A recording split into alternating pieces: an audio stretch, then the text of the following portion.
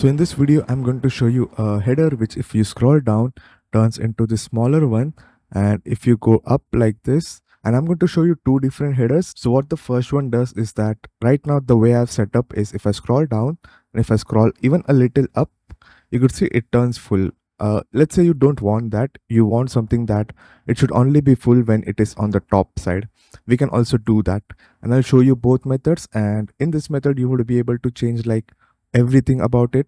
So you could even change the colors, the logo size, the background color, make it transparent or anything, or completely hide it completely.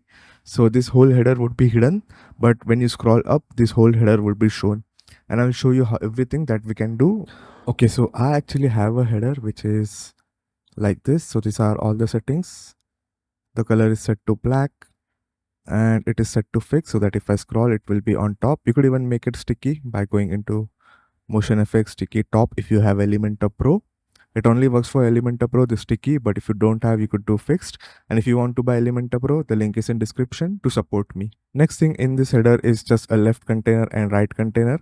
The right one is a menu, which is also Elementor Pro stuff, but if you actually download the plugin Elementor Headers and Footers, it allows you to make for free version too. Now you can go into your header and add an HTML widget at the bottom like this if you want, or you could even create a completely new container below this one.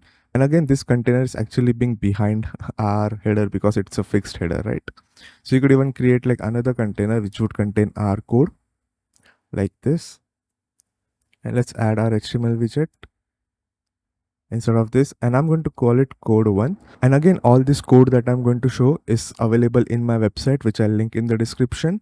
It's very easy to make, so let's just quickly do it, and I'll also show what to change to customize it to your liking. And in this code, I'm basically going to do like one simple stuff, that is if I scroll down, it turns smaller, but it will only be bigger when it is like top at the top location like this. Okay, so first thing first, we'll give our header a CSS class. I've already given it DM dynamic header. So you could see I've given it DM dynamic header. Then what else do you want to control? So for me, I want to control this logo and I want to make it small. So I've named it DM dynamic logo. And again, if you want to do anything else, you can add more stuff, and I'll also show how to do that. So in the code, you simply need to copy the code that I'll give you. So this is going to be the code that I have given. So here's one thing, this header, this is minimum height, it's not height. So minimum height, what this means is that it should be minimum or at least this much height, but it also means that if you add more elements into it, it will get bigger. So let's say if your minimum height is, let's say 200, something like 319, but if you keep adding elements inside of this, it will actually get bigger than 319 pixels. We don't want this when we want to do something for like making header smaller. So what I've done is I've actually used a height, simply just height. It basically means that it should at least, it means that it should be this height. So if I make this to be, let's say 50, you would see that it is actually smaller, and all our elements which are bigger is actually being outside the header, you could see. So again, make sure to match this to your own liking. So for me, I'm using 110. And then same with logo for me.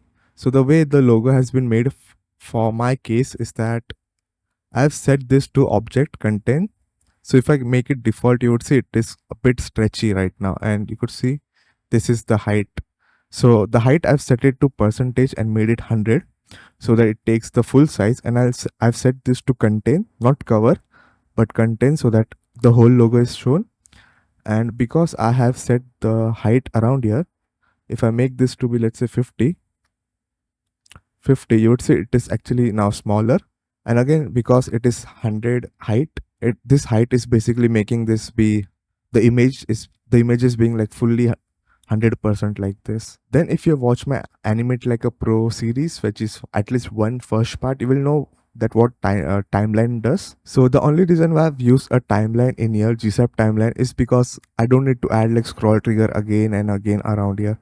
If I use a timeline like this, I just need to add a scroll trigger once, and then I could just set that 0, 0 around here, which means that both of this animation would run instantly.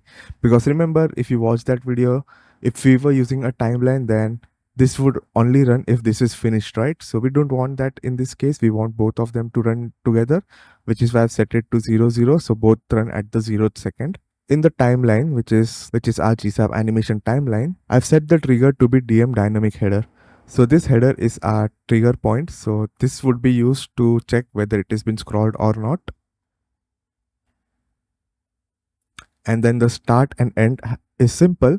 It's basically saying that get the height of this one and add 500 pixels below it. So if you want it to be bigger, so let's say if you want let's say if I do preview right now, let's do wave page, you would see that this start and end point is being below around here like this. And to give you even better example, if I go into incognito, because this top bar actually hides it, right? I don't want that. So if you go in here, you would see that our start and end point, which is the trigger point of this container, is actually below 500 pixels. And this is my scroll and start point. So if I go down, down, down, when this two touches, it turns smaller. And when this two touches again, it gets bigger like this. And again, the way I've done this, I've explained in the part 1 and part 2. For the part 1, it is like GSAP timeline. And for part 2, it is the toggle actions part. So you could see that if I scroll down, it gets smaller. And as soon as it touches like this two part, it gets bigger like this, you could see. So obviously, if you want the scroll distance to be less or more, you could change this to something else. So instead of turning into 500 pixels, you could make it 1000, or you could lower it to 200, or anything that you want. For this toggle actions, you can watch the toggle action part of the part 2 of this video where I explain in detail. It basically does is that it plays when the start and scroller start touches, but it does reverse when the scroller end and end touches when we are going from bottom to up. When you're done, you could even make the markers to be false so that no markers are shown. Now I want you guys to know that how we can customize to your own liking, right? So to do that, it's very, very simple. If you watch my GSAP videos, you would know how to do that, but even if you haven't watched it, I'll explain. So this one has been given DM dynamic logo. What I basically said is that when our scroller, so when our marker touches, right? So when our this start and start touches, we want some animation to happen basically. And what is that animation? For the header, which is DM dynamic header, I want my height, where you could say it is saying 2, right? 2. I want my height to go to 80 pixels. So it is going from 110 to 80 pixels. It is taking 0.3 seconds to get there basically. Then at the same time, I'm also doing for DM dynamic logo, and I'm making the height go from 100 pixel to 60 pixels around here. And the duration is 0.3. So again, everything is same, but again, if you want, you could do like a lot more stuff. For example, I'm going to go into this header and I'm going to remove this background because I want to do it via code. Okay, else the Elementor code would like mess it up. I'm going to go into my DM dynamic header and I'm going to give it a background of black. And you could see suddenly I have the black background. You could even add any hash code in here. So like hashtag 0fe, 0fe, or anything, any code that you want. For the color in here, you could see for DM dynamic header, I want my color to change. So I want my background to change to red basically. Again, you could also add any hex code around here. Okay, I'm checking in incognito because I don't want the top bar to show, right? So if I go down, down, down, suddenly it turned into red color. You could see. You could even do any other stuff. So if you want, you could even do opacity. So if I turn this to be opacity 1, I can now go in here and I can just be like, hey, let's just use black color. And here I could even make the opacity to be even less. Like this, like opacity to be 0.5. Now I want to show like the different ones. So right now you could see the way this works is that if I keep scrolling down, it is going to be like this. But if I keep scrolling up, it's still being like this, right? It's not going bigger. But if I want to do it, we simply need to use the second code, which is provided in the description. So I'm just going to replace this. Everything is same. So you could see that most of the stuff is same, but except there is like another stuff that I've added. I've already created a video on how you can hide or show elements based on your scroll, but it's not just for header. Okay, so this code you could actually not just use for header. You could even add like a, let's say, a call button around here, which only shows when you scroll up and down, or maybe have all your social icons based on which direction it is scrolling, or add to cart and all that stuff. I've already created a video which I'll link in description if you want to like know how to do for any other element. But this one is very simple. We are basically just checking which direction we are scrolling by using an event listener called scroll. If our Windows page offset is greater than current scroll offset, then it would basically do is it will play the animation, but if it is not, then it will basically reverse the animation, which is make it bigger. And then we always update the latest how much duration we have scrolled with our new current scroll. Again, this is a bit complicated, so I'm not going to go into much detail, but just remember that anything that you add in here runs if you scroll down, and anything that you add in here runs when you scroll up. And if you have watched my second part of the GSAP tutorial, you will know that we can create a timeline like this, which is DM dynamic header GSAP timeline, and then we can basically play or reverse it. So when I scroll down, it plays. When I scroll up, it reverses it. If I scroll down, you could see it turned smaller. If I scroll a bit up, you could see it is now bigger. So scroll up, scroll down. So scroll down makes it smaller, scroll up makes it bigger. Now what about adding one more stuff into this? How about we completely hide this header if we scroll down, and if I scroll up, let's make it be available. So here's what we are going to do. I'm going to remove the height option completely. If you want, you could keep the height. It's totally your choice. But again, if I'm going to do is type transform in quotation marks, I'm going to do translate y, capital Y, and do negative 100%. What this is basically doing is that it is going to translate our header to negative y%. So whatever the height of this is, it will do like make this much height go above itself. So if this is 100%, then it will move exactly this amount on top of our page. But remember, when you do stuff like this, which is using transform, it's good to add the default state to in here. So if I do transform translate y, and remember, I'm not using quotation when I'm in CSS. It is like very dependent on what you have done. This one would be 0 because we don't want any translate around here. Let's do update.